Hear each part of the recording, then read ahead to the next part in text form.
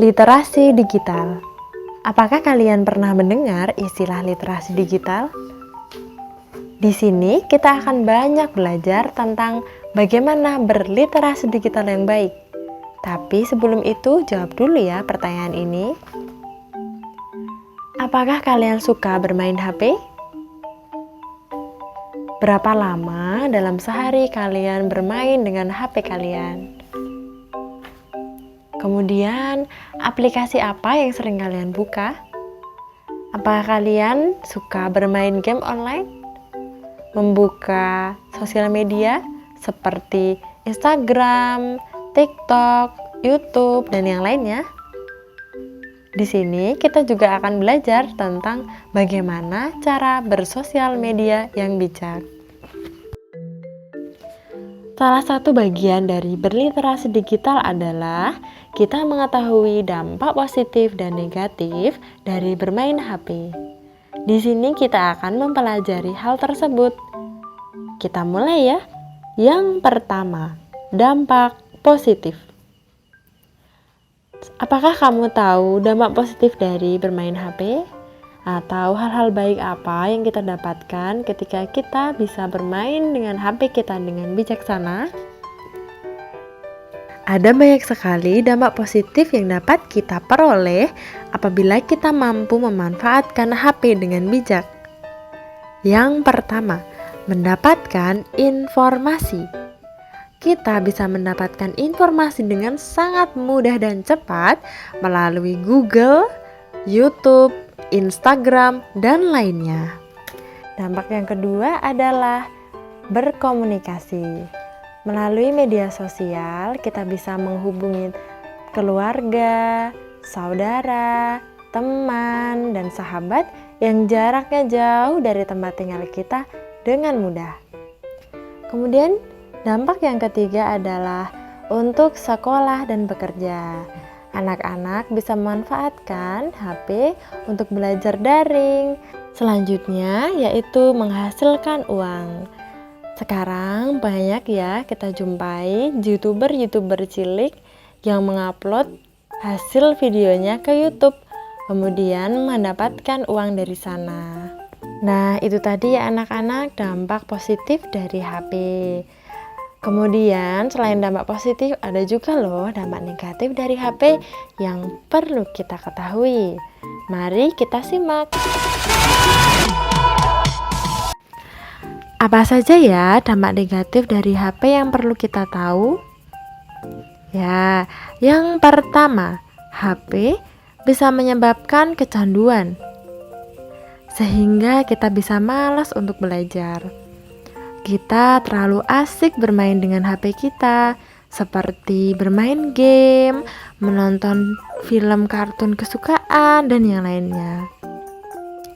Karena terlalu asik, kita jadi malas untuk belajar, malas untuk berolahraga, ataupun berkreasi. Dengan dampak negatif selanjutnya yaitu bermain HP dengan posisi yang tidak baik, yaitu dengan posisi yang membungkuk seperti di gambar ini, lama-kelamaan akan mengganggu kesehatan tulang belakang kita, nak, dan menyebabkan postur yang tidak tegap, serta sakit pada bahu kita. Jadi, kita harus membatasi ya dalam bermain HP.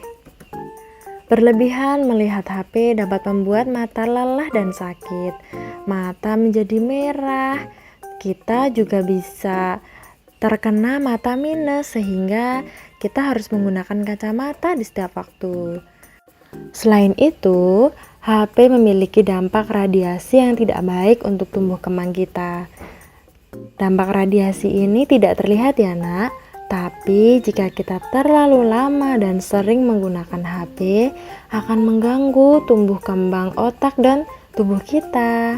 Terlalu sering bermain HP dapat membuat nilai kita jelek serta kurang bisa bersosialisasi dengan teman-teman karena kita terlalu lama bermain HP di rumah dan jarang keluar.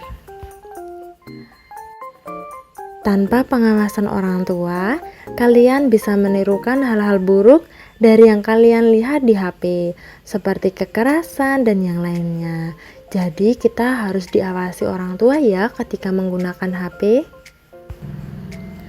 Wah, banyak sekali ya dampak negatif dari HP.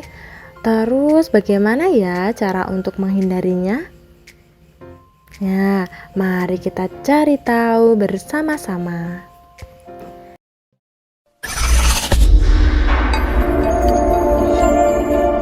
Install aplikasi yang aman. Ketika kita ingin menginstal aplikasi seperti game dan yang lainnya, minta izin dulu ya sama orang tua agar aplikasi yang kita download tersebut aman untuk HP dan kita. Kedua, membuat kesepakatan dengan orang tua tentang jam boleh bermain HP, atau bahasa kerennya adalah screen time. Nah, apakah anak-anak tahu dalam sehari itu kita boleh bermain HP berapa jam ya? Ya, jadi dalam sehari kita hanya boleh bermain 1 sampai 2 jam saja anak-anak, supaya kita bisa mengoptimalkan dampak positif dan menghindari dampak negatif tadi. Selanjutnya, membuat password yang rumit, kemudian mencatatnya. Ketika kita ingin install media sosial atau yang lainnya dan membutuhkan akun dan password, pastikan untuk membuat password yang rumit. Jangan menggunakan nama, tanggal lahir, atau susunan angka dan huruf yang mudah ditebak, agar media sosial kita sulit untuk dihack orang lain. Mari kita bijak dalam berinternet. Bagaimana ya cara bersosial media yang baik? Seperti menggunakan WA, Instagram, Facebook, dan yang lainnya. Ingat ya anak-anak, foto yang kita unggah di media sosial itu akan selama-lamanya ada di sana karena akan dengan mudah untuk disebarluaskan oleh orang lain. Jadi pastikan untuk selalu melindungi data pribadi kalian dengan cara tidak membagikan kontak HP ataupun lokasi dan data pribadi yang lainnya. Selanjutnya, selalu gunakan bahasa yang sopan ya nak. Ketika kita ingin membuat story, kita ingin mengupload foto, ataupun kita ingin bercakap-cakap dengan teman, keluarga, guru, dan yang lainnya dengan media sosial kita, pastikan menggunakan bahasa yang sopan dan baik. Ini juga penting, yaitu tanya kepada ibu atau ayah sebelum membagikan info. Pastikan itu bukan hoak ya nak. Hoak artinya berita bohong. Ya, jadi sebelum membagikan info kita harus tanya kepada ayah atau ibu apakah ini boleh untuk di-share atau tidak. Ya, jadi saring sebelum sharing. Dengan selalu bertanya kepada orang tua, kita bisa aman dalam berinternet dan menggunakan HP kita. Kita bisa terhindar dari dampak negatif atau kejahatan yang bisa ditimbulkan dari HP. Kasih sayang keluarga dan perhatian yang tulus adalah kunci keberhasilan screen time atau waktu untuk bermain HP tadi ya nak. Jadi jangan sungkan atau jangan malu-malu untuk selalu bertanya kepada ayah dan ibu jika kalian bingung. Tidak hanya HP saja yang asik untuk dimainkan, tapi bermain dengan alam bersama sahabat atau teman kita di rumah, dengan keluarga di rumah itu juga sangat mengasihkan loh nak. Kita bisa mengeksplor lingkungan tempat tinggal kita, kemudian berkreasi dengan apa yang ada di sekitar kita dengan sangat mengasihkan. Jadilah anak yang sehat, kuat, cerdas, disiplin, percaya diri, kreatif, bertanggung jawab, dan berani. Ya, Jadi jangan sering-sering bermain HP ya nak. Bermain boleh tapi hanya 1 sampai 2 jam saja dalam sehari.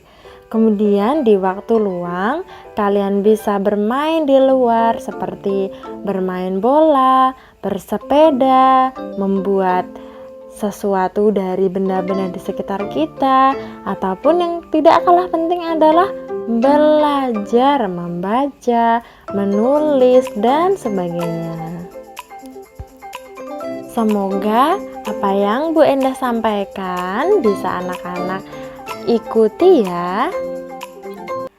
Sampai jumpa.